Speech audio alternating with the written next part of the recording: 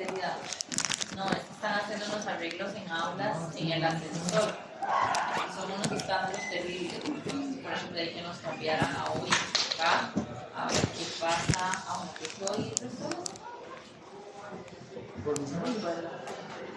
Bueno, voy a revisar eso, pero creo que hoy y el resto de la semana.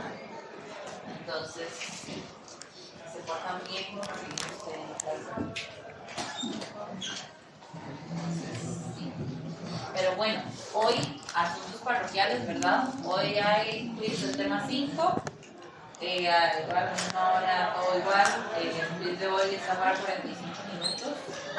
Entonces, pues aquí ustedes funcionan, ¿verdad? Para que estén listos y listas con las cosillas que hemos visto hasta el momento, para que no les mandan la cosa. Eso por un lado. Por otro lado, el sábado es el examen, ¿verdad? Entonces, ya va siendo hora de que estén estudiando, en caso de que se hayan empezado, para que comience. Y no sé si tienen alguna duda o algo adicional en términos administrativos que quieran comentar.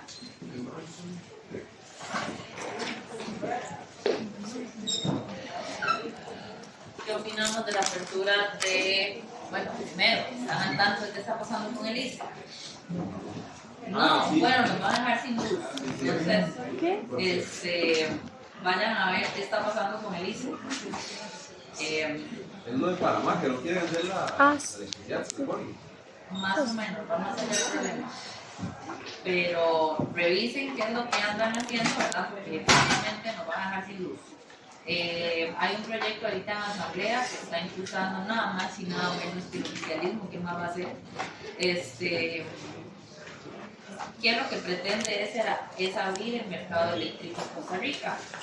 Entonces poner a empresas privadas y extranjeras, en algunos casos, a competir en el mercado interno, ¿verdad? Esto, como ya lo hemos visto, ¿verdad? Sería de pues abrir un monopolio, que en algunos casos abrir un monopolio no está mal, ¿verdad? Puede estar bien, como por ejemplo, como pasó con el caso de telecomunicaciones, ¿verdad? Que salimos bastante gananciosos y gananciosas de eso.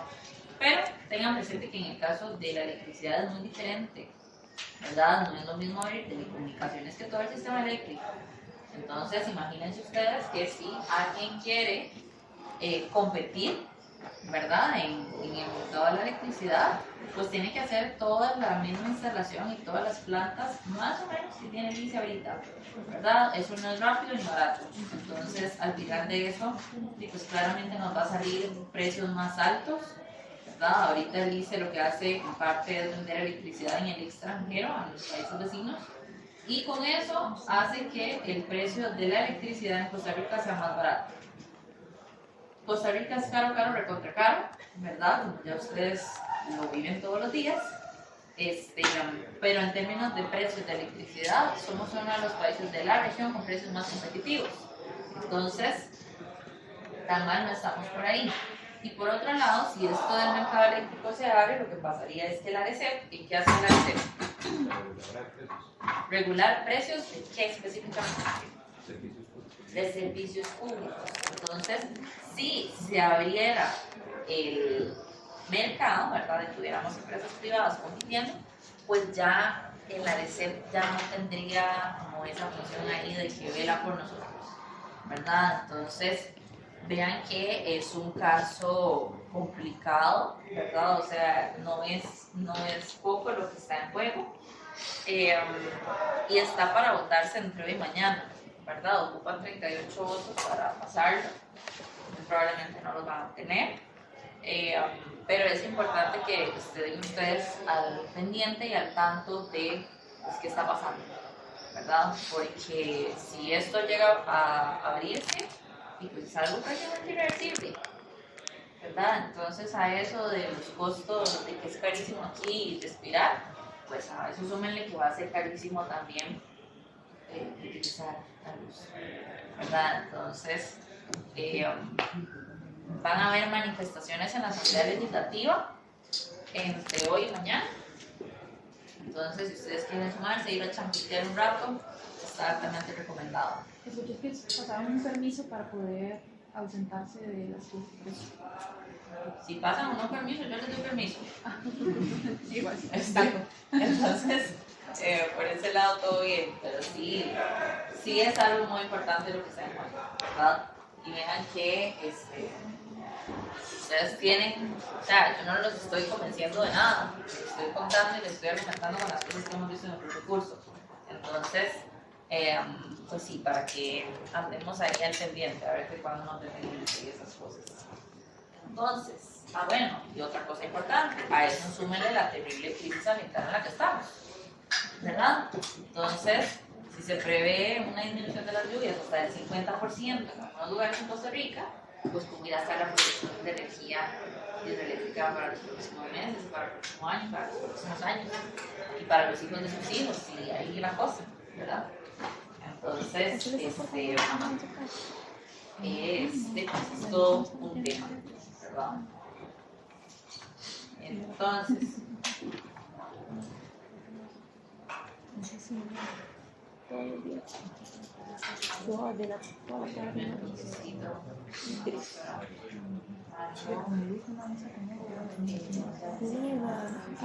Hemos tenido que estar comprando bidones para durar o almacenar. Entonces, hoy lo que vamos a hacer es terminar de ver esto de acá, ¿verdad? Vamos a terminar de ver las preguntas que nos hicieron falta y vamos a empezar a ver el tema 6. Entonces, dicho todo lo anterior, algo que quieran decir, comentar. Voy. Acá, acá. No, que el cambio. Yo creo que va a ser solo esta semana.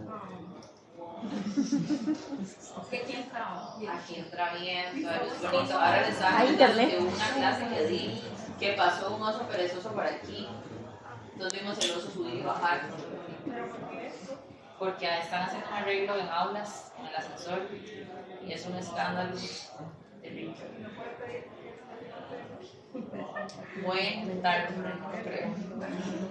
Entonces, Sí, creo que hemos quedado en la pregunta 10. Sí, es cierto. Nota 10. Está. Espera. Ok, entonces, esta dice lo siguiente. El programa hacemos del Instituto Mixto de Ayudas. Perdón, ¿nadie más tenía ninguna otra duda? ¿No? Okay. Entonces, el programa hacemos del Instituto Mixto de Ayuda Social que otorga transferencias monetarias condicionadas a las personas estudiantes de familias en condición de pobreza.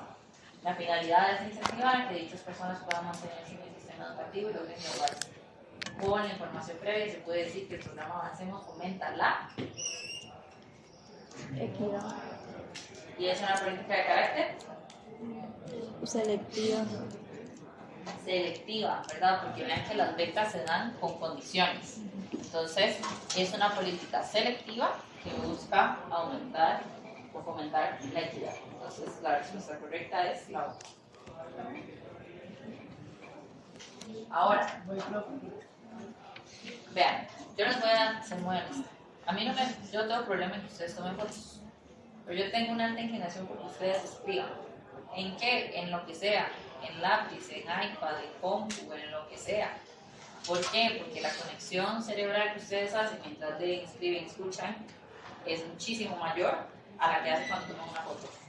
Entonces, aprenden más, ¿verdad? O sea, por mí, más bien es más rápido que tomen fotos y yo sigo más rápido, ¿verdad? Pero cuando ustedes escriben, aprenden más. Entonces, espero yo que tomen ese consejo para la posteridad.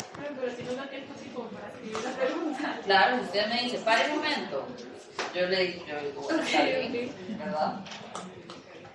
Entonces, la siguiente pregunta dice, si el índice de precios al consumidor para 1998 es de 125, que para el 99 es de 155, ¿cuál es la tasa de inflación anual? ¿Verdad? Acuérdense que esto, si tienen calor, que nos vean calorados, pueden abrir las ventanas, ¿verdad? Las personas tal vez que están en la ventana pueden abrir. Entonces, acuérdense que para esto de la inflación, lo que estamos buscando es la tasa de variación porcentual, ¿verdad? Entonces, es igual que lo que habíamos visto de valor final menos inicial entre inicial por 5. ¿Verdad? Entonces, ¿cuál sería el final en este caso? 155 menos 125 entre 125.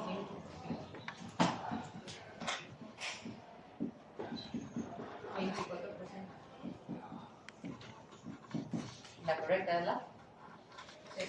Sí. Muy bien. Profe, una pregunta. Usted dijo que ahí están buscando lo de la tasa de variación porcentual. Entonces, cada vez que nos pidan, porque yo sé que son varias fórmulas que usan ese formato que es B menos A entre A. Entonces, cada vez que pidan una tasa, se usa con esa. Siempre. Ok, gracias. Ahora, eso es una tasa de variación porcentual. Si Sí. piden la tasa de participación laboral, Ajá. esa es otra. ¿Verdad? Esta no nos vamos a saltar. Y veamos esta otra. Dice, la empresa de software agrícola Pineapple Chips le pagaba a María un salario mensual de 300.000 en el 2010 y de 330 en el 2011. El índice de precios al consumidor en el 2010 era de 200 y de 220 en el 2011. ¿Cuál de las siguientes afirmaciones explica correctamente el significado de estos dos hechos? ¿Verdad? Entonces vean que aquí les hablan tanto de salario nominal como de salario real. Y les dan los salarios, ¿verdad? Les da el salario y también les da el IPC. Entonces, esto hay dos formas de resolverlo, hagan ustedes lo que más les gusta, ¿verdad? Una de ellas puede ser que ustedes tomen y calculen el salario real, ¿verdad? Entonces, para calcular el salario real, lo que hacen es agarrar el salario de 2010, ¿verdad? En este caso es de 300. Profe, en este caso se asume que el año base es 2010 porque son los únicos años. No. Ve que para sacar el salario real es el salario del año entre el IPC de ese año. Siempre. Entonces sería 300 entre 200. ¿Y esto cuánto da? 1500. Da 1500. Y si hacemos lo mismo para el 2011, vean que sería 330 entre 220. ¿Y eso da? 1500. 1500. ¿Verdad? Entonces vean que en términos de salario real, el salario real se mantuvo exactamente igual. Por ende, eso quiere decir que el salario real aumenta mientras que el salario real, perdón, el salario nominal aumenta mientras que el salario real se mantuvo inalterado, ¿verdad? Esta es una forma de resolver esta pregunta. ¿O alguna pregunta con esto? ¿Con esto alguna pregunta? Otra forma de resolver esta pregunta es con tasas de crecimiento, ¿verdad? Yo quiero ver qué creció más rápido, si los precios o los salarios. Entonces, yo lo que hago es, en términos de salarios, calculo cuál es la variación porcentual de esto, ¿verdad? Entonces sería 330 menos 300, todo esto entre 300, y eso da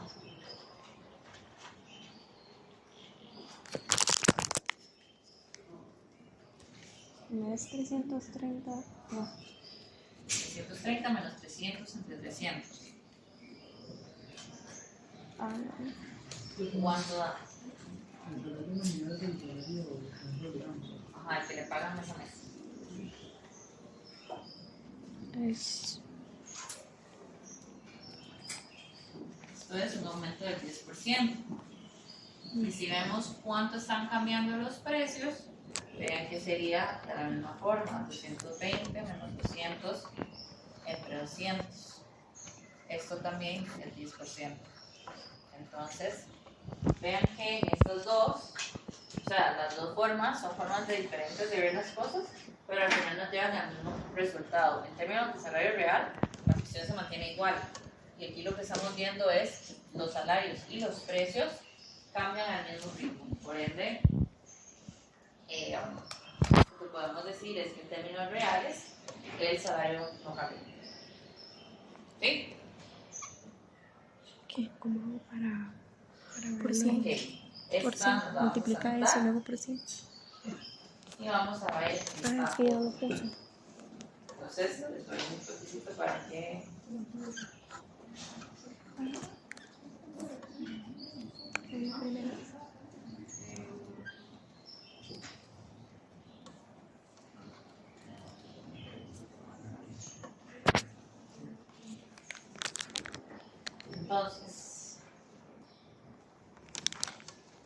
en el 2021 el ingreso de Joaquín fue de 70,000 y él decidió prestarle todo ese monto a su mejor amigo Franco.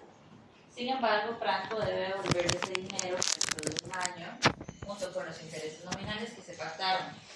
En el 2022, Franco en efecto le devuelve a Joaquín el monto junto con los intereses pagados, 84,000.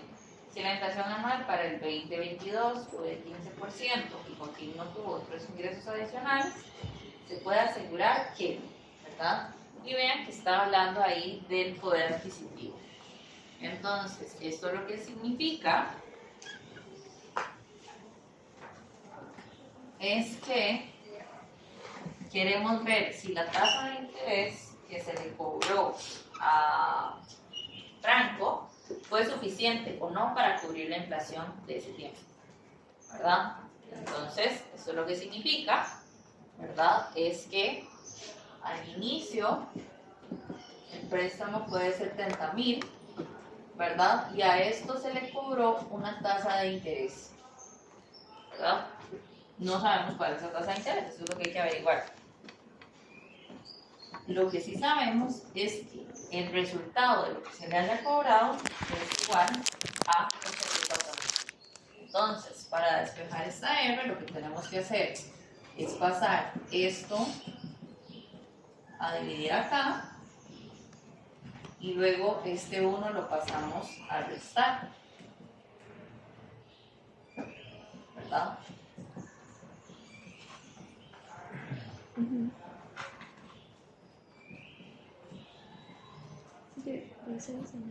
Y esto es ¿De casualidad es 20? ¿O no? Porque yo le hice de otra manera, pero... ahora podemos ver, pero efectivamente da 20. Entonces, ¿qué quiere decir esto? ¿Qué podemos asegurar con esto?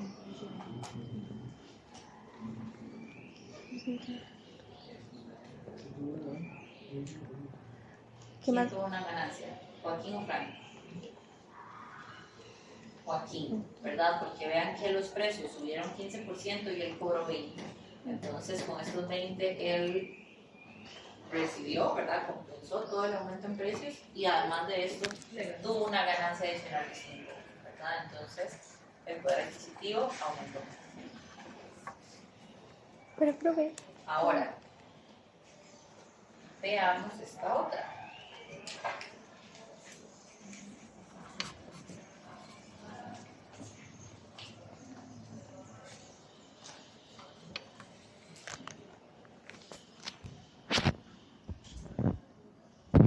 Ya. Veamos esta otra que lo que nos presenta es una situación muy similar, pero con un ligero cambio.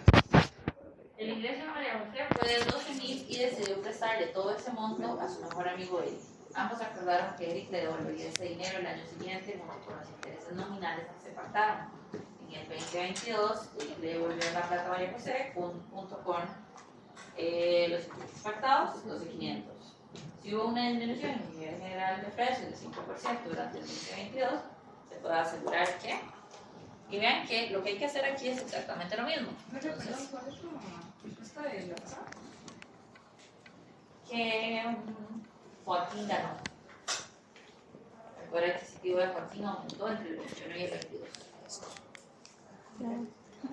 Ahora, si vemos este, lo que hay que hacer es exactamente lo mismo que acá, ¿verdad? Entonces voy a aplicar esto que ya yo sé cómo se ve.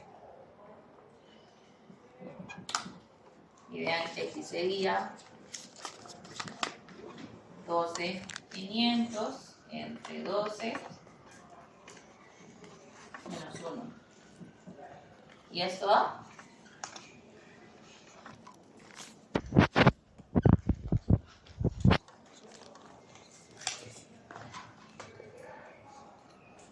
¿Cuánto da eso? Uy.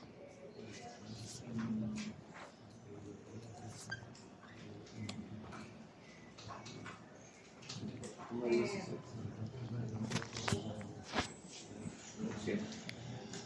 4,17, ¿verdad? Entonces, ¿cuál es la respuesta correcta aquí? En este tipo de preguntas, siempre pueden descartar esta de que ninguno gana, ninguno pierde, ¿verdad? Porque ya sabemos que eso no es cierto. En términos de la inflación siempre hay ganadores y siempre hay perdedores. Entonces, se puede descartar. Ahora, ¿qué podemos afirmar con respecto a esto?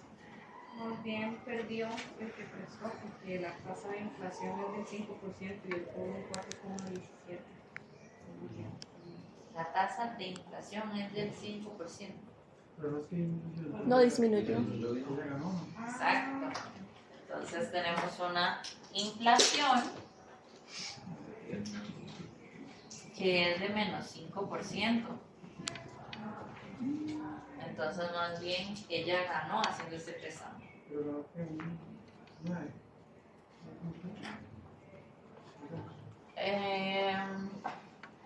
Sí, digamos. Entonces la correcta sería que ganó, ¿verdad? Ahora, veamos esta última.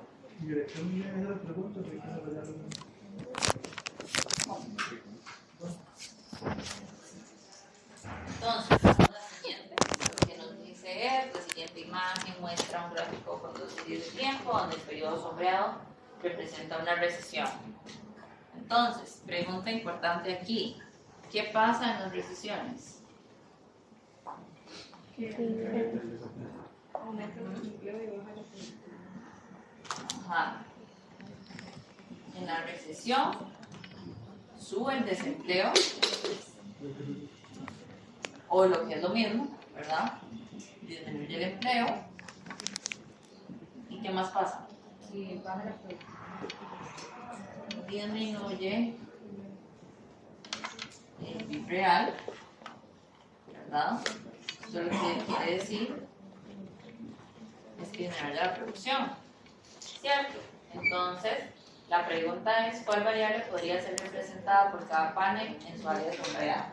Entonces, en el caso del panel A, vean ustedes que el panel A está aumentando, ¿verdad? Esa línea negra va hacia arriba. Entonces, ¿qué puede representar A? El desempleo. El desempleo. ¿Y qué puede representar B? La productividad.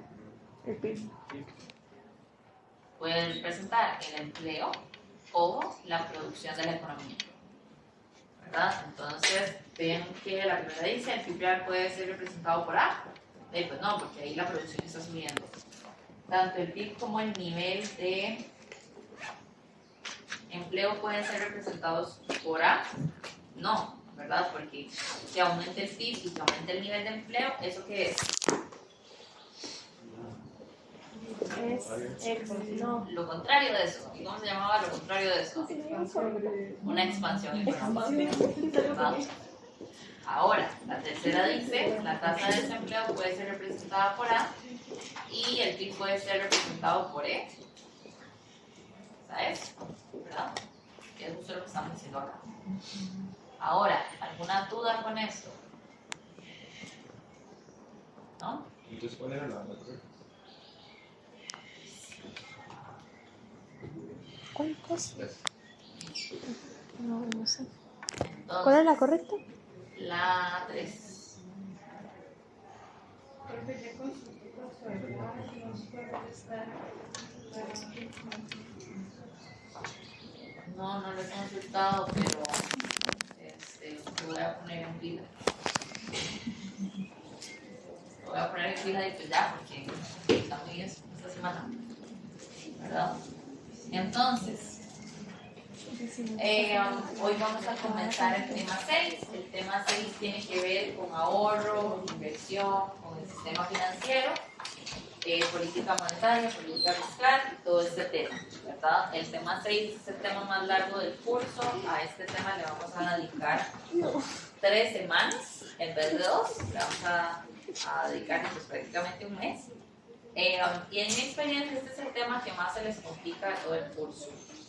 Ahora, es normal, ¿verdad? A diferencia de los otros temas, este tema ustedes no lo pueden ver fácilmente en su entorno, ¿verdad? Pero cuando hablamos de inflación, de desempleo, de costo de oportunidad, de todas esas cosas, ustedes pueden claramente verlo en su entorno. Pero cuando hablamos aquí del Banco Central y de la tasa de política monetaria y de la tasa básica pasiva, y pues yo dudo que se topen alguno de esos 3 personajes en su día a día, ¿verdad? Por lo menos de una forma directa. Entonces suele ser el tema que se les complica un poquitillo más. Una pregunta, entonces el tema, el último, el 7, ¿lo vemos solo una semana o 2 semanas? 2 semanas. Ok, Sí. no me hacen los cálculos. Estamos en una Ok. semana 12, profe, ¿no? Yo estoy en la semana del tema 6. Ustedes yo no sé dónde están. Pero no, sí salimos, o sea, incluso, no, mejor no les digo porque es que me comprometo. La cuestión es que vamos a tiempo. Vamos a tiempo, todo está bien. Entonces, ¿cómo hacemos para pasar de la subsistencia al crecimiento? ¿Verdad?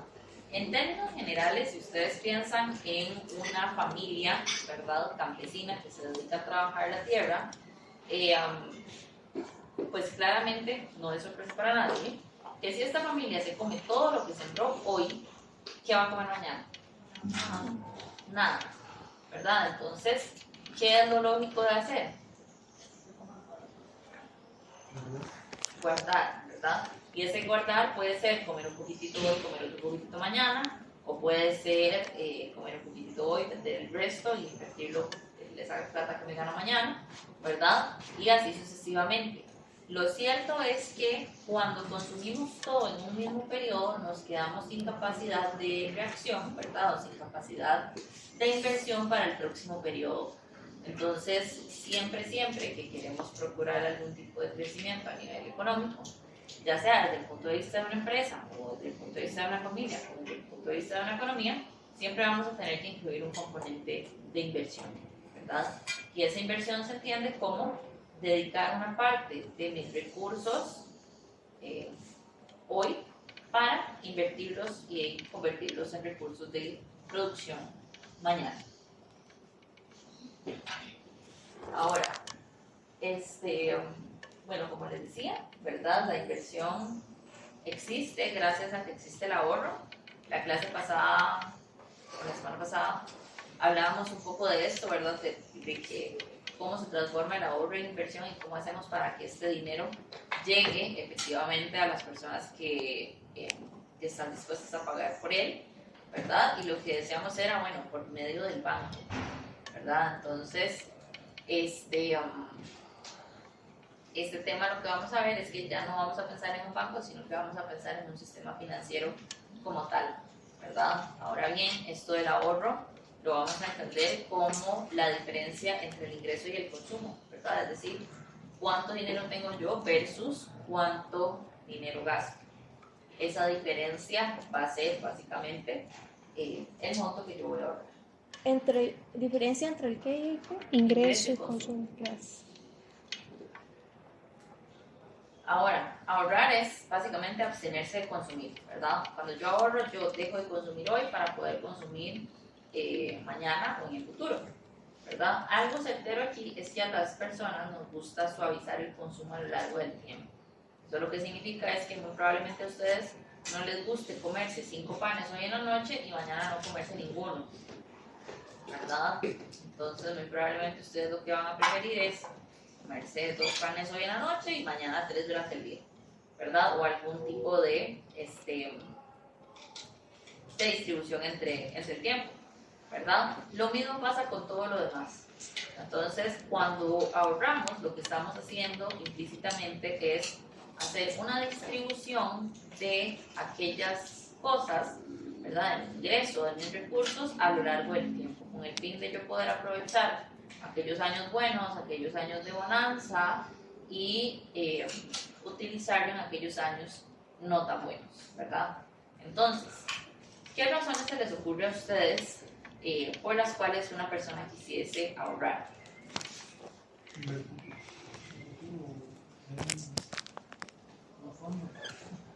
Ajá, tener algún tipo de recursos en el futuro,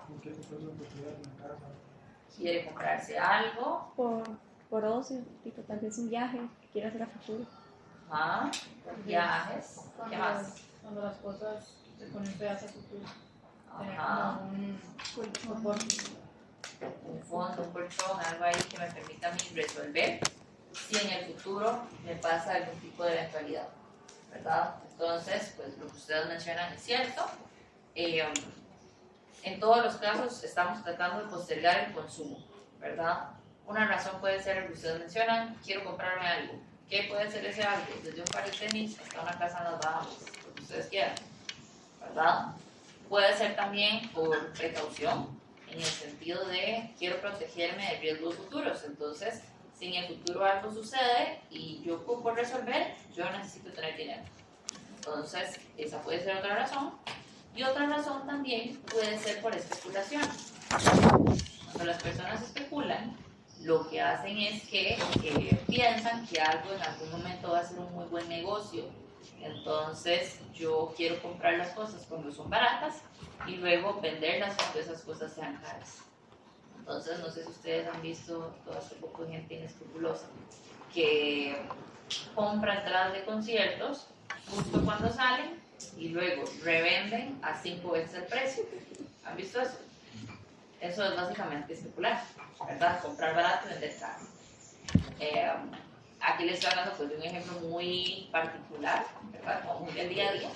Pero cuando la gente hace esto, financiero, con bonos, con acciones, pues básicamente lo que hacen es eso, ¿verdad? Generar algún tipo de ingreso o retorno a partir de la inversión. Eso no es como lo que se podría hacer que hicieron en la película. Exacto, ¿verdad? Entonces, en general, ¿verdad? Vamos a decir que la inversión es exactamente igual al ahorro. Entonces, una economía no puede invertir lo que no ha ahorrado. Por ende, aquí vamos a hablar de una identidad contable de ahorro igual inversión. ¿Verdad? Ahora, ¿cómo se compone este ahorro? ¿De dónde sale este ahorro? Cuéntenme ustedes. El salario, pues. Pues, de las personas comunes y silvestres. ¿De dónde más sale el ahorro? Impuestos. ¿Impuestos de dónde? El gobierno financia. Ajá, ¿verdad? Estás pensando en el caso en el que el gobierno cobra un impuesto y le sobra plata, entonces lo ahorran. Ah, sale el gobierno, ¿qué más?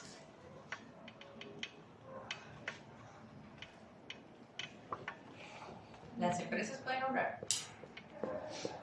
Entonces también sale de las empresas y vamos a ver hoy también qué puede salir del resto del mundo. Eso quiere decir que vamos a pensar en extranjeros, a ahorrar o a invertir acá. Entonces, el ahorro en general lo podemos dividir en dos categorías. Podemos hablar de ahorro privado o podemos hablar también del ahorro público. Cuando hablamos del ahorro privado, pensamos en las empresas y los hogares, y cuando hablamos del ahorro público, pensamos en el gobierno, ¿verdad? Ahora bien, para que exista el ahorro público, es importante que el gobierno tenga dinero suficiente que le permita financiar todos sus gastos y además guardar una parte ¿verdad? Entonces, para eso necesitamos hablar del saldo presupuestario del gobierno.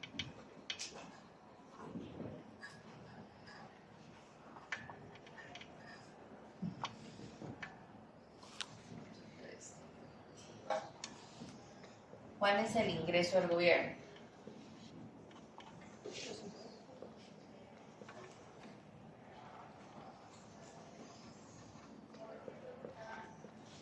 ¿Y en qué gasta el gobierno su dinero?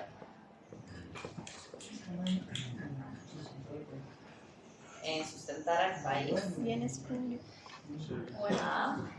Como infraestructura, seguridad de la presidenta para que vaya a ver a Chayán, estas cosas, instituciones públicas, construcción de hospitales, carreteras, mantenimiento, bla, bla, bla, ¿verdad? Y todo esto son gastos de gobierno, ¿verdad? Y además de eso, el gobierno tiene otro tipo de gastos que se refiere a todas las transferencias, ¿verdad? Entonces, subsidios, becas, ayudas sociales.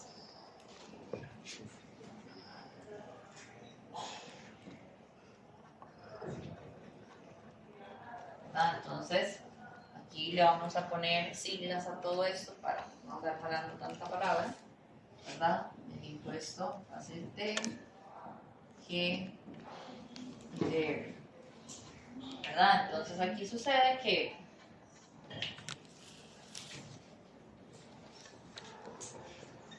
si la cantidad de ingresos que recauda el gobierno es mayor que toda la suma de sus gastos y transferencias, entonces aquí ¿qué? ¿Le sobra o le falta plata?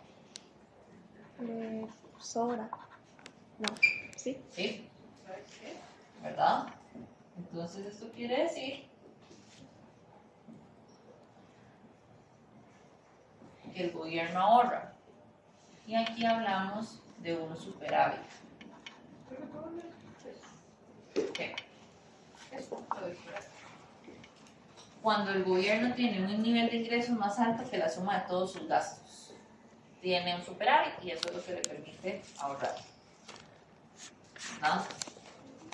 Por otro lado, puede suceder lo contrario, ¿verdad? Que el nivel de ingreso, es decir, todos sus impuestos, sean menores que la suma de sus transferencias, ¿verdad? En este caso, el gobierno no ahorra, sino que más bien pide prestado. Y aquí estamos en el caso de un déficit, ¿verdad?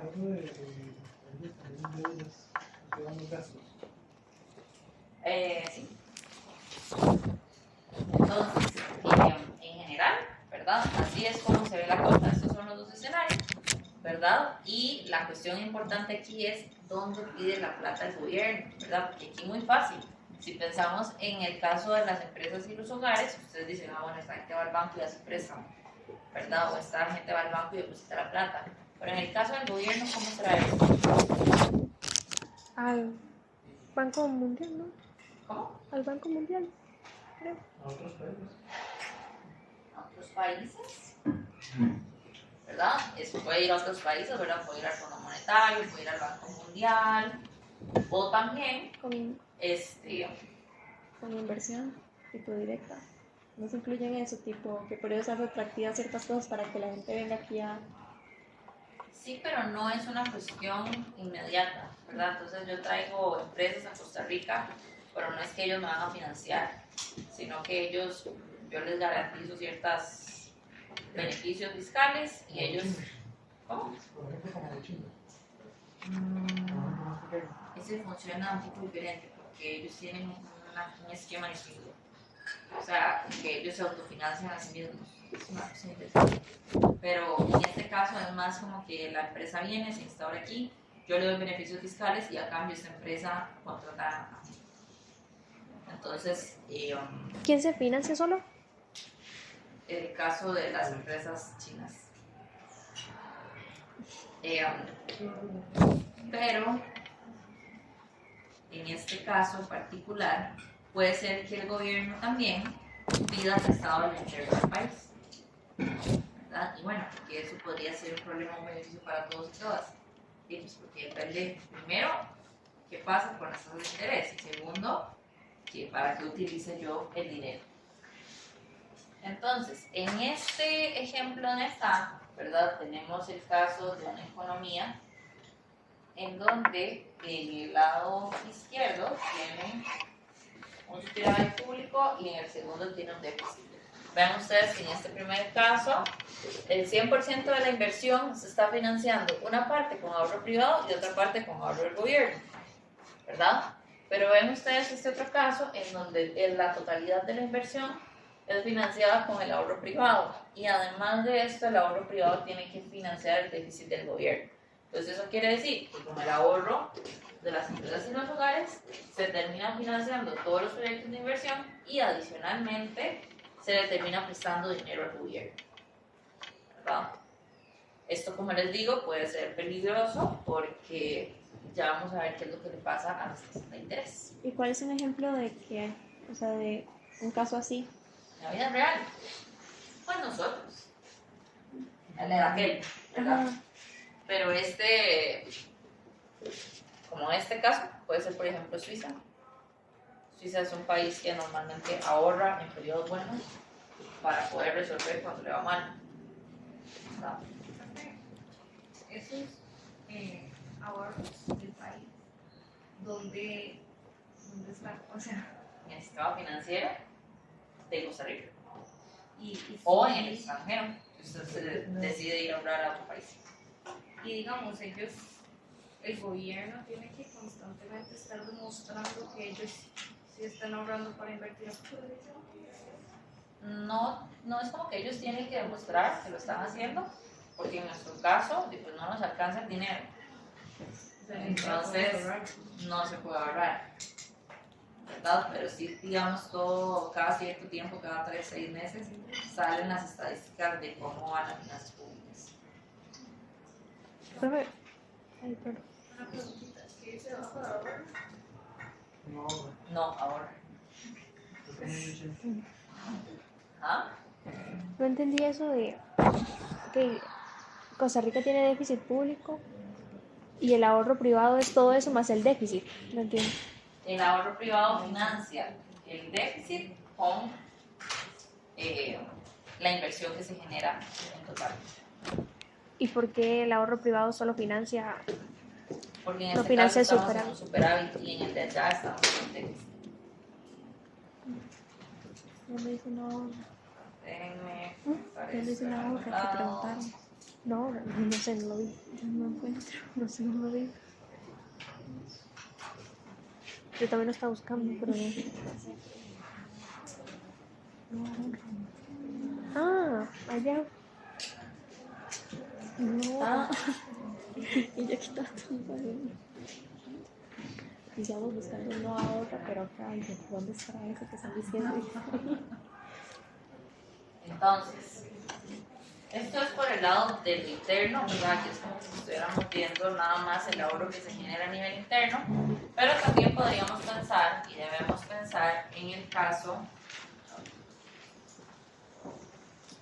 del ahorro externo, ¿verdad? Cuando estamos hablando de una economía abierta, que es como todas las economías del mundo en este momento, las economías comercian entre sí, comercian en el resto del mundo, ¿verdad? Entonces eso quiere decir que envían dinero al extranjero y reciben dinero del extranjero.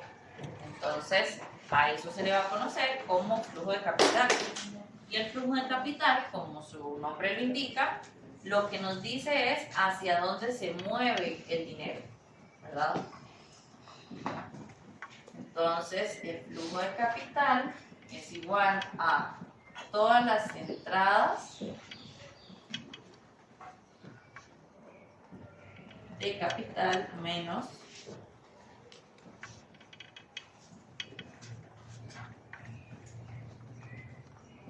todas las salidas de capital, ¿verdad? Algo importante aquí es cómo entendemos las entradas y salidas de capital.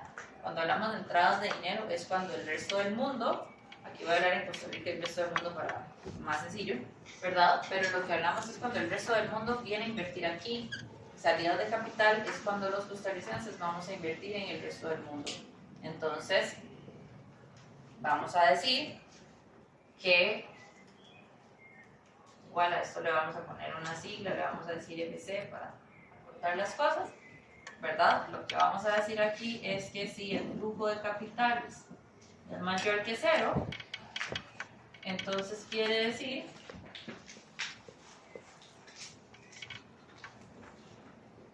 que la cantidad de dinero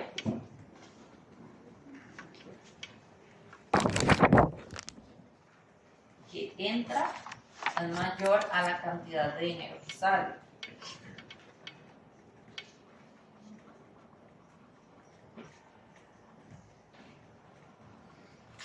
Y esto, en términos concretos, lo que significa es que el resto del mundo invierte más en Costa Rica que Costa Rica en el resto del mundo.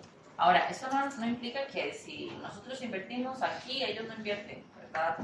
Al revés. Esto nada más lo que implica es que la cantidad de dinero es mayor o menor en un caso que en otro, ¿verdad? Ahora, por otro lado, si tenemos que el flujo de capital es menor a 0, negativo, pues entonces es lo contrario.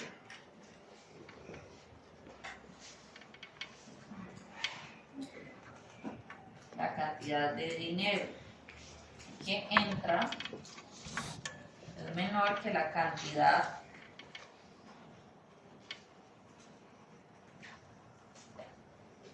de dinero que sale.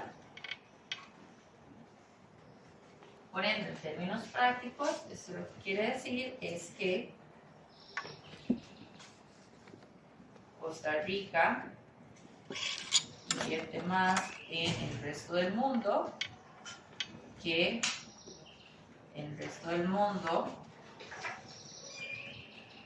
en Costa Rica, ¿verdad?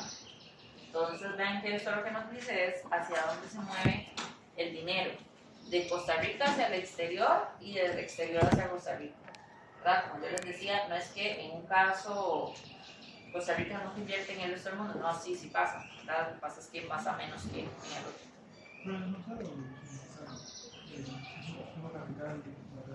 Mayor a 0, menor a 0. Entonces, por ejemplo, aquí tenemos el caso de la economía de Estados Unidos y Japón. Vean que Estados Unidos tiene una entrada de capital, eso quiere decir que hay parte del resto del mundo que invierte en Estados Unidos. Por ende, la totalidad de su inversión es financiada en parte por el resto del mundo, ¿verdad? Y en otra parte también por el ahorro que se genera al interno. Pero vean ustedes que en este caso, bueno, Estados Unidos es una economía deficitaria, la deuda que tiene Estados Unidos es impagable de que se va a acabar el mundo y Estados Unidos nunca va a haber pagado esa deuda. Eso suena muy chistoso, pero es la realidad, o sea, la deuda de Estados Unidos no se va a poder pagar nunca. Entonces, pues, ya ellos le echaron tierra a eso y ya siguieron adelante con sus vidas porque ya no hay nada que hacer. ¿Y en qué época fue como que se fue generando esa deuda? En toda la historia. ¿Cuánto de...? No se lo perdonan, pero se lo siguen acumulando.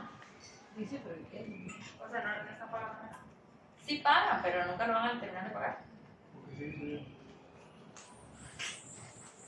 Entonces, como que ustedes, no sé, le pidan cuenta de sus papás de todo el dinero que han invertido en ustedes. Y ustedes les digan, no se preocupe, yo le voy a pagar. Ustedes le paguen de colón en colón. ¿De cuándo le van a terminar de pagar? Ese pues tiene que exterminar al resto del planeta. Y pagar.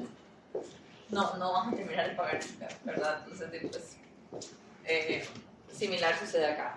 Es como cuando alguien no paga su deuda y entonces no se le deja a los hijos, ¿verdad?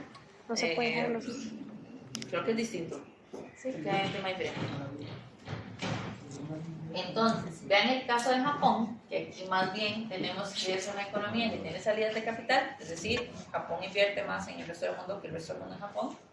Tienen un déficit fiscal, ¿verdad? Y vean que aquí en la totalidad de la inversión es toda financiada por el ahorro privado, y el ahorro privado, además de esto, financia inversión en el resto del mundo y el déficit fiscal lo interno.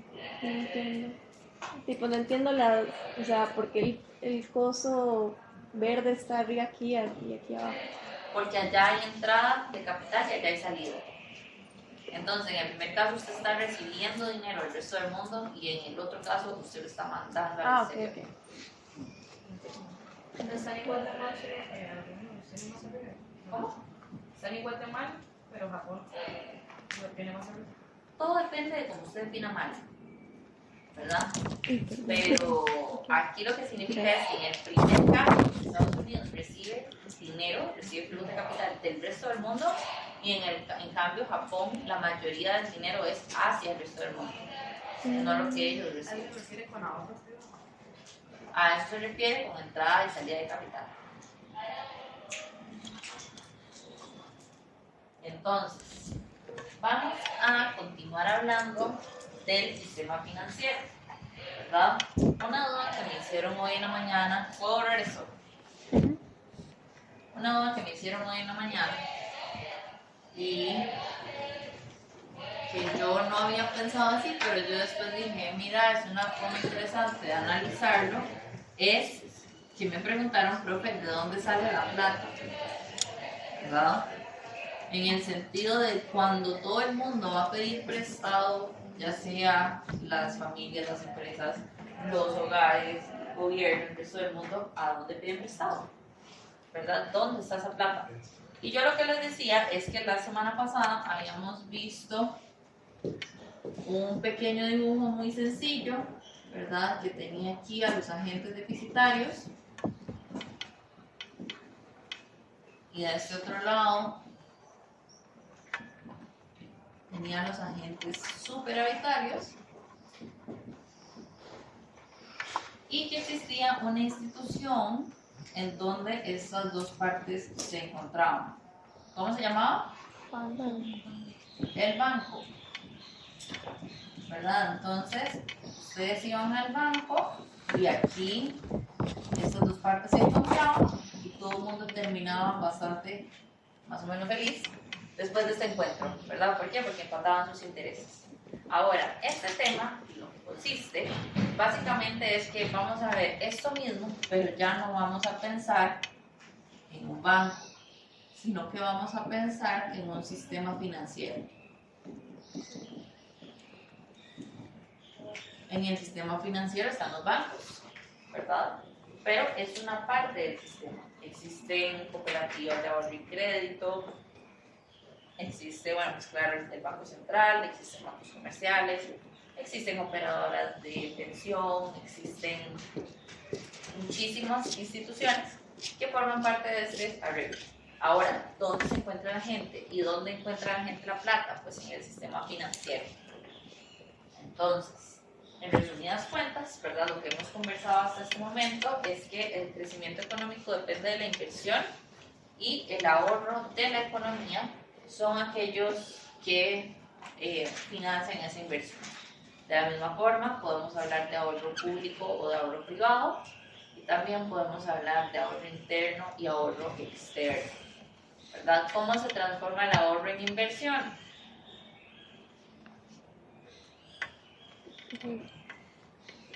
¿Aló? ¿Viéndolo en él?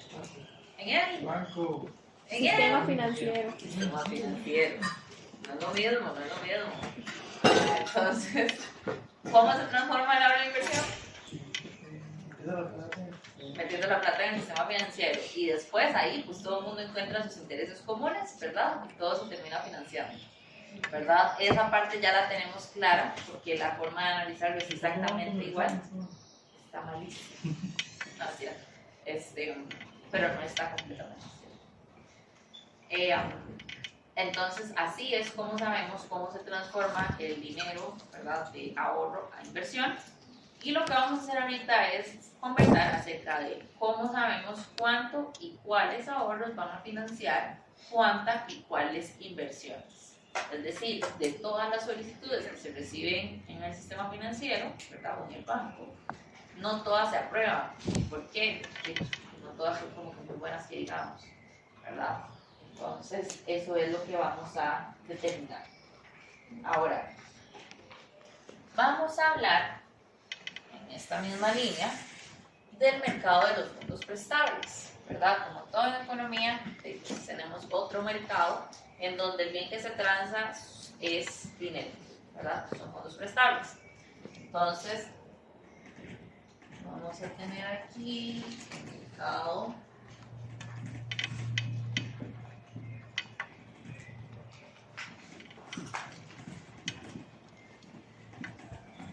de fondos prestables.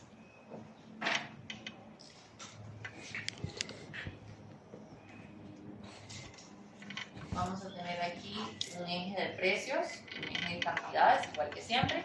¿Cuál es el precio del dinero? ¿Qué? No, esa es la moneda. ¿Cuál es el precio del dinero? El valor que Las tasas de interés. Entonces aquí vamos a tener la tasa de interés que la vamos a anotar con I, y en el eje de las cantidades lo que vamos a tener la cantidad de dinero, es decir, los fondos prestables, ¿verdad? Este mercado va a tener una oferta de fondos prestables, va a tener una demanda de fondos prestables, y estas dos curvas van a ser exactamente iguales en el punto de equilibrio, en donde vamos a encontrar una tasa de interés ahí de equilibrio, ¿verdad? Ahora bien, esta tasa de interés es la que equilibra los intereses de quienes ofrecen y de quienes demandan fondos prestables. Ahora, ¿quiénes ofrecen fondos prestables o quienes ofrecen dinero? Los bancos. Los inversionistas. No, los prestamistas. Más bien los que meten el dinero. Ajá, ¿y eso cómo se llaman? Agentes no superavitarios. ¿Sí? Ajá. Entonces, ¿quiénes ofrecen dinero? Pues quienes tienen suficiente dinero que les sobra y que pueden ahorrar. Por ende, van al sistema financiero y lo depositan ahí, ¿verdad? Entonces, en la oferta, lo que vamos a tener son los agentes superavitarios y quienes demandan dinero, los agentes deficitarios.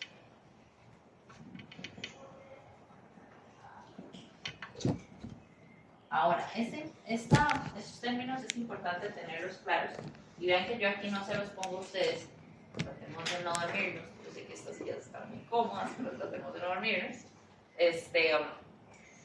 Yo se los pongo aquí a ustedes en términos de agentes superavitarios y deficitarios por una razón, y la razón es que vean que ustedes y todos los agentes de la economía pueden jugar en ambos bandos, ¿verdad? En un momento de la vida puede ser que el gobierno pueda ahorrar, entonces el gobierno está aquí, pero en otro momento, si el gobierno pide prestado, el gobierno se ubica aquí. Si las empresas están pidiendo prestado para invertir, pues se van a ubicar aquí, pero también pueden ubicarse aquí si están ahorrando, ¿verdad? Entonces vean que dependiendo de cómo sea la situación, pues entonces el gobierno, cada agente se va a ubicar en uno o en otro. ¿Queda claro?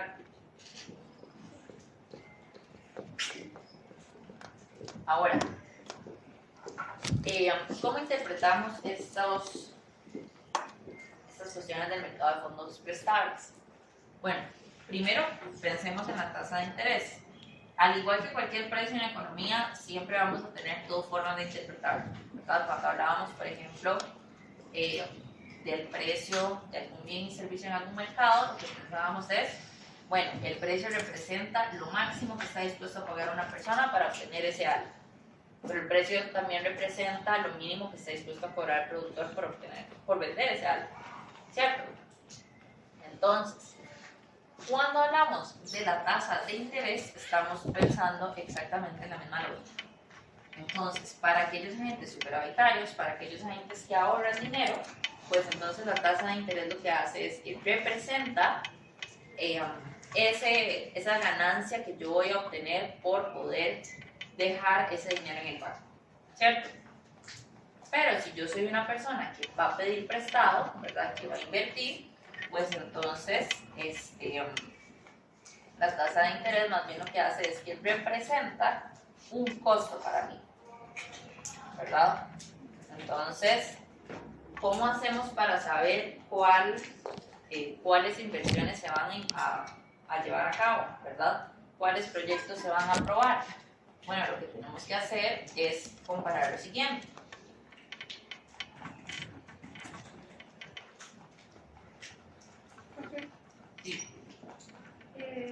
Se acaba de decir que la tasa de interés para los agentes superavitarios representaba ¿qué?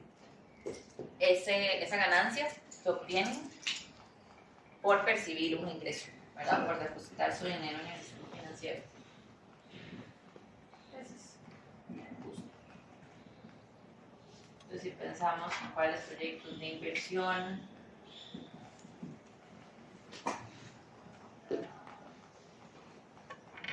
se aprueban, lo que tengo yo que hacer es comparar cuál es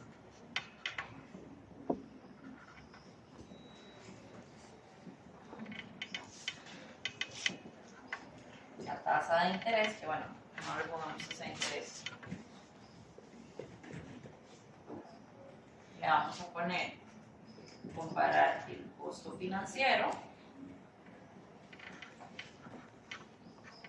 versus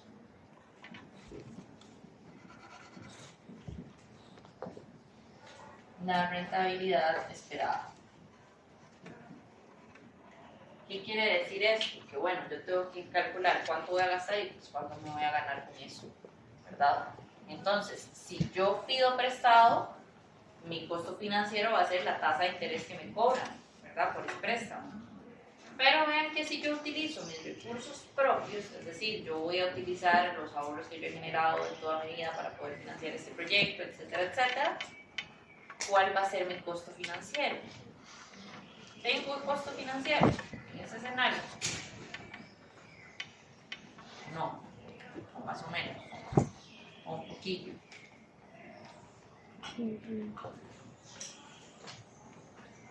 Yo diría que sí, porque sigue siendo plata suya. Y entonces, ¿qué tengo yo ahí? Ahorro. ¿Cuál fue aquel primera piedra del camino de este curso?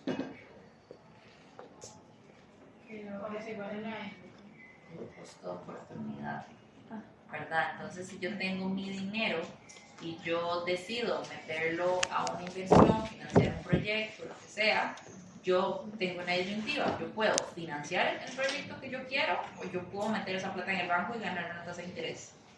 ¿Cierto? ¿Verdad? Entonces vean que aquí los inversionistas siempre van a incurrir en un costo financiero, ya sea porque tengan su propio dinero y lo utilicen o porque pidan prestado. Entonces, el costo financiero se va a interpretar de dos formas. La primera forma es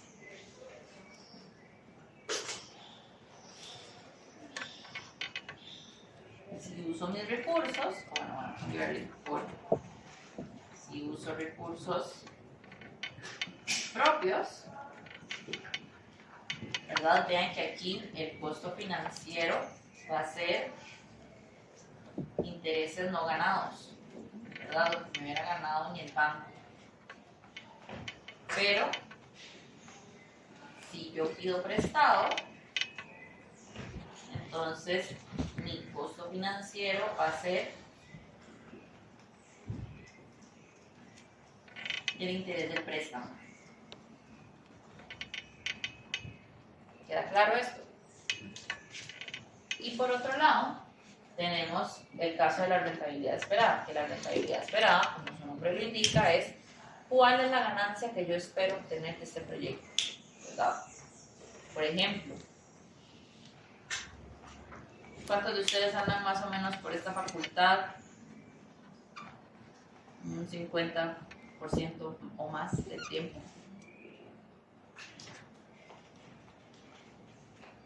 ¿Estudian ustedes? Es que estamos en general y yo sí. Yo no estoy en el curso.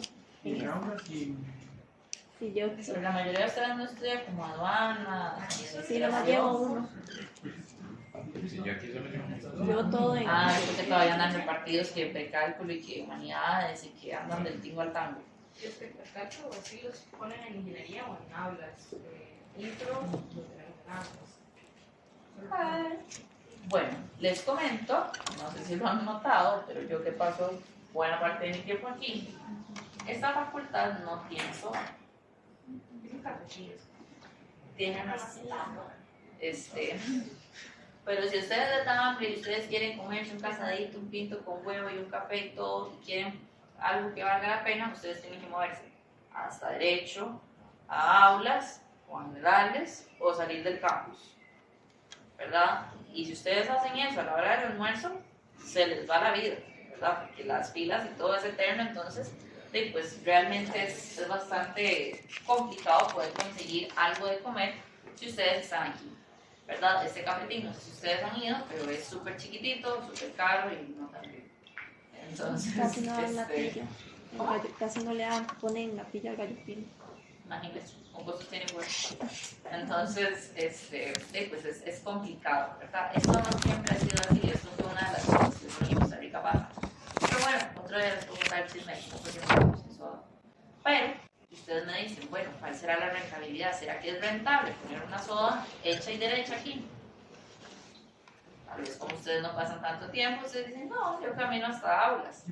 Pero cuando empiecen ustedes a llevar más cursos aquí y empiecen a pasar días, noches, mañanas y tardes en esta facultad, les cuento que les va a hacer falta, ¿verdad? Entonces, pues muy probablemente poner una soda aquí tenga una rentabilidad muy alta, es decir, yo le voy a poder sacar una muy buena ganancia, ¿verdad? Yo no la pongo. No, la verdad, yo como esas habilidades de cocina masiva no las tengo. O sea, yo sé cocinar para 1 o 2, o múltiplos, 2, 4, 6, 12, pero ya para comida en masa eso no se me da a mí. Entonces, ¿verdad? Eso es un muy buen negocio aquí, pero ¿qué pasa si yo les digo, bueno, ¿por qué tan rentable ir a hacer ponerle la competencia a las sodas generales? Y pues capaz que eso no tiene tanta ganancia. ¿Por qué? Pues porque estoy compitiendo a la parte de la soda que tiene toda la vida existir, ¿verdad? Entonces, existen proyectos que van a tener mayores o menores ganancias que otras dependiendo pues, del momento, del lugar y de cómo se esté formulando este proyecto. Entonces, para determinar cuáles proyectos se aprueban, lo que hacemos es comparar estas dos. Entonces, ¿cuáles son aquellos proyectos que se van a aprobar? Aquellos cuyo costo financiero sea menor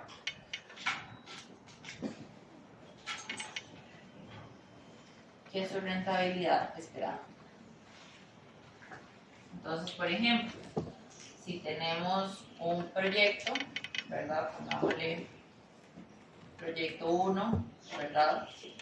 Que tiene un costo financiero del 5% y una rentabilidad esperada del 6%, ¿se aprueba o no se aprueba? Se aprueba. Se aprueba porque me están cobrando 5%, me cuesta a mí 5%, pero yo le gano 6%. Entonces, pues en este caso, sí. Y si yo tengo otro proyecto, pongámosle el proyecto 2, cuyo costo financiero es de 6% y su rentabilidad esperada es de 4%, ¿se aprueba o no se aprueba? No, ¿verdad? Vean que me cuesta 6, pero yo me gano 4, entonces ni siquiera cubro lo que me voy a ganar, lo que voy a gastar, ¿verdad? Entonces en este escenario yo mejor agarro el ingreso, ¿verdad? Mi dinero, y no lo invierto, sino que lo meto al sistema bancario.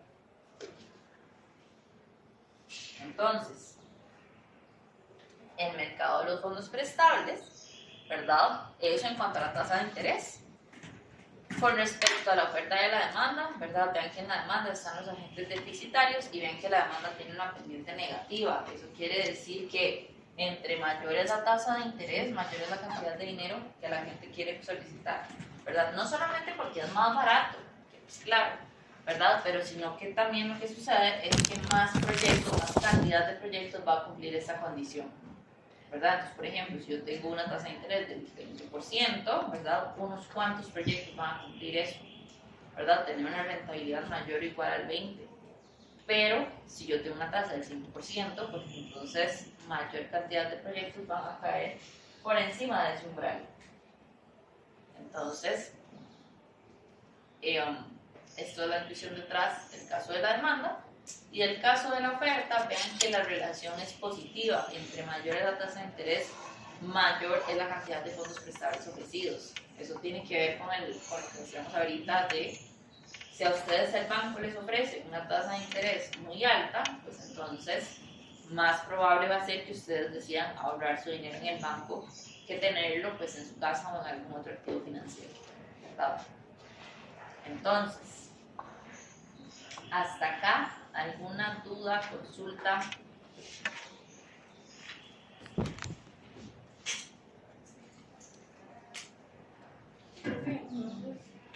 Es bueno tener tasas interesantes. Depende de quién sea usted. Porque si usted está ahorrando, usted le sirve. Pero si usted va a pedir prestado, ¿no? Pero Como tal para la economía. No necesariamente.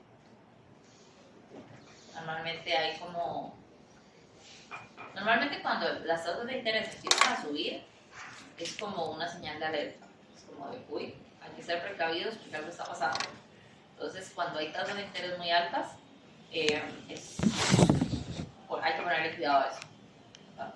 Profe, no entendí eso de la oferta de fondos prestables, más bien tiene una relación positiva con la tasa de interés. ¿A qué se refiere con eso? Que vean que cuando sube la tasa de interés, sube la oferta. Ah, ¿Verdad? La pendiente es positiva, entonces quiere decir que va para arriba. Entonces, este mercado de fondos prestables es eficiente, ¿verdad? Porque logra empatar los intereses de aquellas personas que piden prestado con los intereses de las personas que ahorran, ¿verdad? Esto permite que se aprueben, ¿verdad? Y que se lleven a cabo aquellos proyectos de inversión con una mayor rentabilidad y que se lleve a cabo con un menor costo, ¿verdad? Entonces, esto quiere decir que vamos a utilizar el costo de oportunidad del dinero, ¿verdad? Vamos a utilizar los recursos que tenemos de la forma más eficiente posible. Ahora, cuando hablábamos de que, ¿verdad?, de cuáles eran, de dónde se colocaba la deuda del gobierno, cuando el gobierno pide prestado, a dónde pide prestado, ¿verdad? Yo les decía que gran parte de la deuda está a lo interno, ¿verdad? Eso tiene un problema y este problema se conoce como el crowding out. Entonces, veamos en este gráfico de acá. Si el gobierno va a pedir prestado, ¿en dónde se va a colocar? ¿En la oferta o en la demanda? en la demanda. La demanda. ¿La demanda sube o baja? Baja. No. ¿Sube o baja? ¿El gobierno está demandando más o menos fondos? Más. Más. Entonces, eso quiere decir que la oferta, Sube. la oferta, No. la oferta nada. La oferta sigue igual, ¿verdad? Quiere decir que la demanda sí, igual. No, sube. sube, ¿verdad? Entonces, que la demanda suba, lo que significa es que se desplaza para acá. ¿Vieron? Esto es un acumulativo aquí. ¿Bien?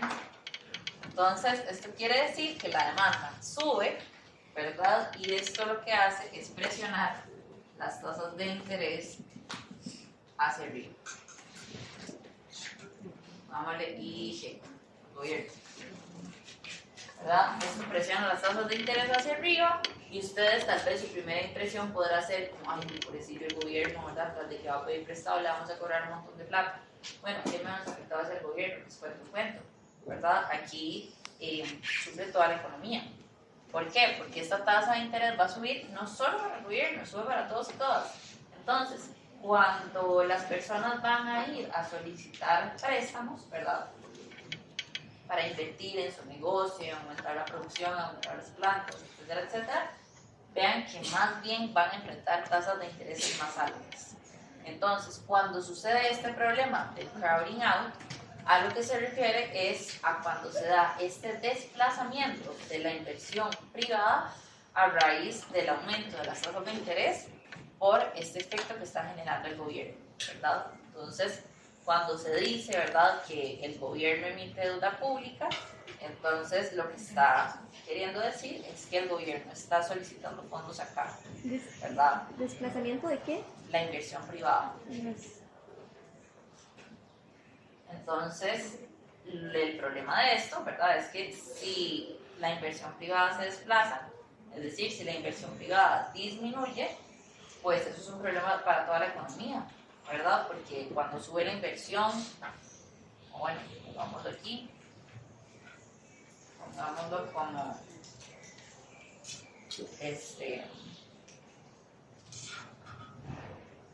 un 3312, ¿se acuerdan del 3312? De Monster Inc. Señal de pánico, ¿verdad? Entonces, si disminuye la inversión privada, ¿verdad? Entonces eso quiere decir que disminuye el PIB, ¿verdad? Bueno, técnicamente lo primero que disminuye es la demanda agregada. Si disminuye la demanda agregada, disminuye el PIB. Si disminuye el PIB, cae el crecimiento económico. Entonces vean que esto genera un problema de largo plazo en donde lejos de tener una mejor condición económica, más bien tenemos una condición económica más comprometida, ¿verdad? Ahora bien, no es lo mismo pedir prestado, ¿verdad? En términos del gobierno, no es lo mismo que un gobierno pida prestado para pagar salarios que un gobierno pida prestado para construir el hospital de Cartago. ¿Qué es lo que? Demanda agregada. Entonces, cuando un gobierno pide prestado para invertirlo o bien reinvertirlo en la sociedad, con lo que hemos visto, ¿verdad? Transportes, caminos, carreteras, salud, educación, infraestructura, etcétera, vean que esa inversión le podemos sacar un retorno, y el retorno es pues, el uso que le va a dar la sociedad durante un tiempo. Pero, si bien esto suena muy bien, muchas veces, ¿verdad? El gobierno no pide prestado para hacer ese tipo de cosas. Por ejemplo, hace un tiempo sucedió, por allá en 2018, que el gobierno pidió dinero prestado, miles de millones de colones, para pagar salarios. Entonces, eso es un problema. ¿Por qué? Porque, bueno, usted construye el puente y la gente lo sigue usando, ¿verdad? Hasta que no le sirva la platina y usted dure 10 años arreglando. Pero ya ese es otro tema. Pero si usted utiliza ese dinero para pagar salarios, la gente va a recibir ese ingreso, va a gastar ese dinero y luego ¿qué? Pero no es un ciclo. O sea, no era como un flujo, tipo que lo que uno gasta, luego le cae algo más y ese algo más como que... Ajá, pero el efecto es muchísimo más pequeño y limitado que si usted realiza una inversión de obra pública que le va a funcionar a la gente durante mucho tiempo. Porque tienen que pagar más a menudo a eso. No, sino porque todas estas cosas lo que fomentan es que exista más inversión privada, ¿verdad? Pero en cambio, si usted paga salarios, la gente consume ese dinero, lo gasta y ahí queda, ¿verdad? No es como que no podemos sacar algún tipo de retribución en el futuro de ello. Entonces, no es lo mismo para qué pidamos prestado la plata o para qué la utilicemos, ¿verdad? Ahora bien, que un gobierno pida prestado no es así como que el fin del mundo, ¿verdad? Porque ya estamos completamente acabados. No, ¿verdad? Pero sí es importante prestarle atención a ello, ver para qué se está utilizando la plata y ver también cómo se están financiando los gobiernos. Pero, Muchas veces pasa que los gobiernos tienen una tentación de seguirse financiando con deuda y deuda y deuda y deuda, ¿verdad? Lo cual, pues, primero, no es sostenible y segundo, lo que va a llevar necesariamente en algún momento es a un aumento de los impuestos, ¿verdad? Entonces, pues, si usted aumenta los impuestos hoy, con eso se financia, o bien emite deuda hoy y aumenta los impuestos mañana para poder pagar lo que pidió ayer, ¿verdad? Entonces, al final es como más o menos la misma historia, pero contada desde una perspectiva diferente.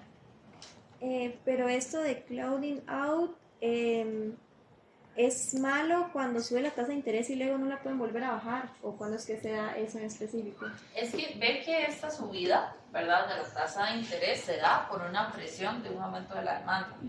Lo que tiene que pasar para que luego vuelva a bajar la tasa de interés es un aumento de la oferta o una disminución de la demanda por otro motivo.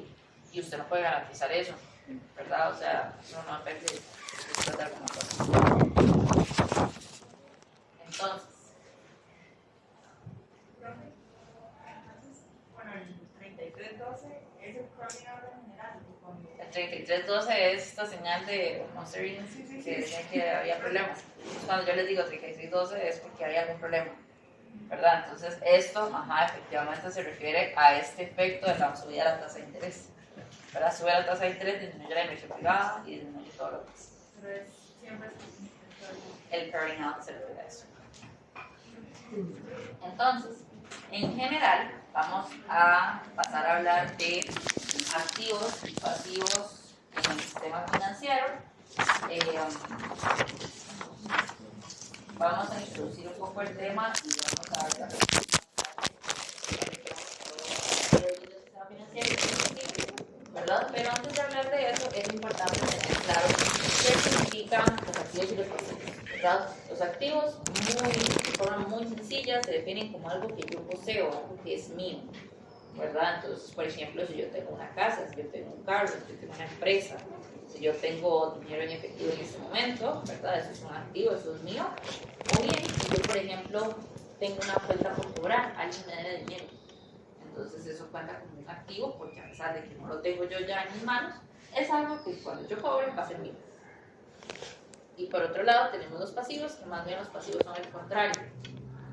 Los pasivos se refieren a una deuda, ¿verdad? Es algo que yo tengo que pagar. Entonces, todos los préstamos del carro, de una casa, de una cuenta que tengo pendiente, etcétera, etcétera, todo eso se refiere a pasivos.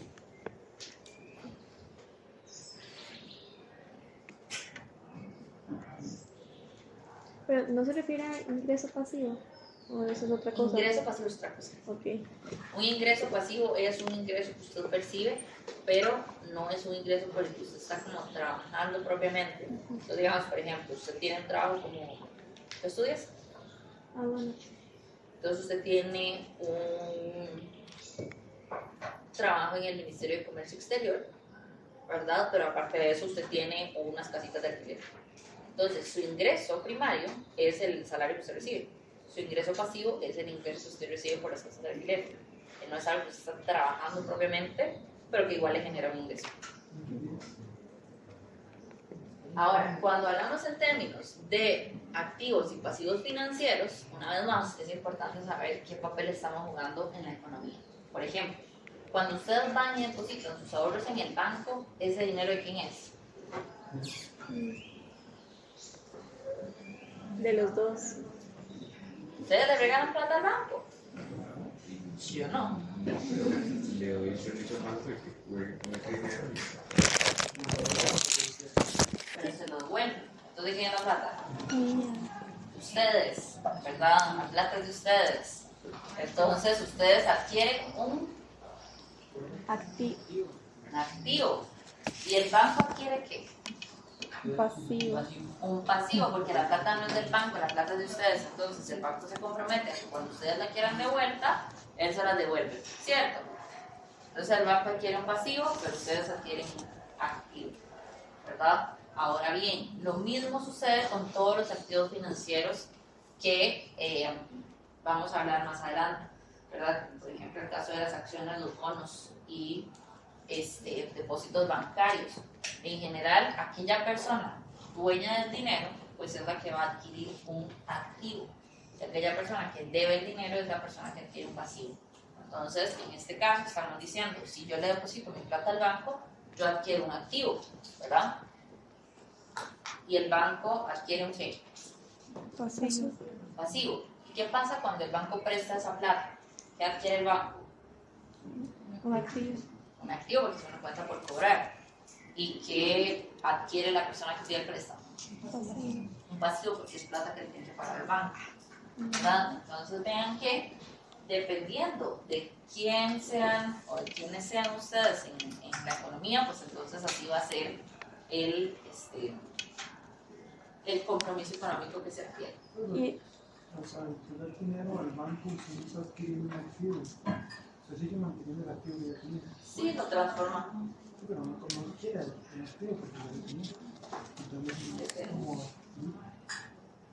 Sería como... Es una cuestión de semántica en ese punto. Lo cierto es que es un activo. Sí, pero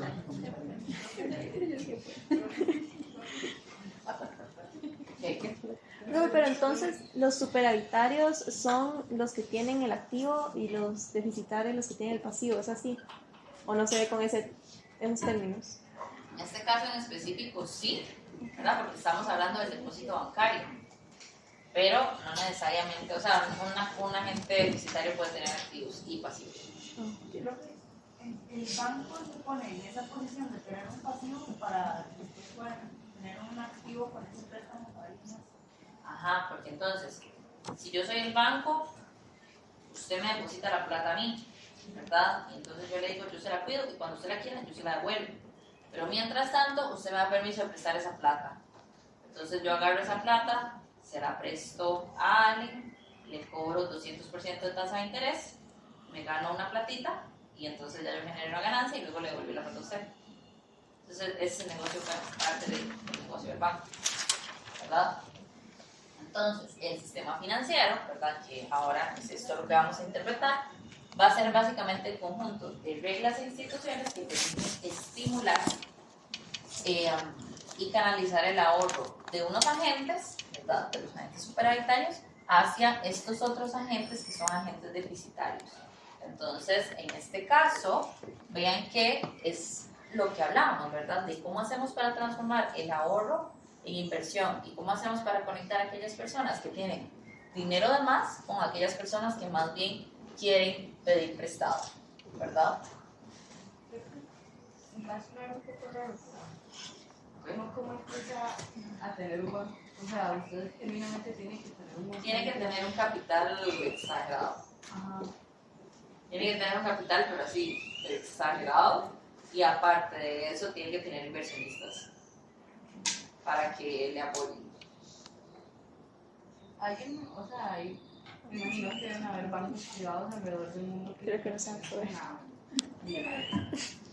De hecho, al inicio de los tiempos existían los banqueros, ¿verdad? Un banquero tal cual. Entonces, un banquero tal cual era literal una persona que tenía mucha plata y podía mostrar plata, ¿verdad? Y así fue como empezó a surgir eso.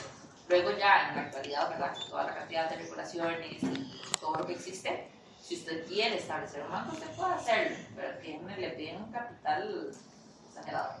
Y aparte de eso, cumplir con 1.000.000 cosas de requisitos.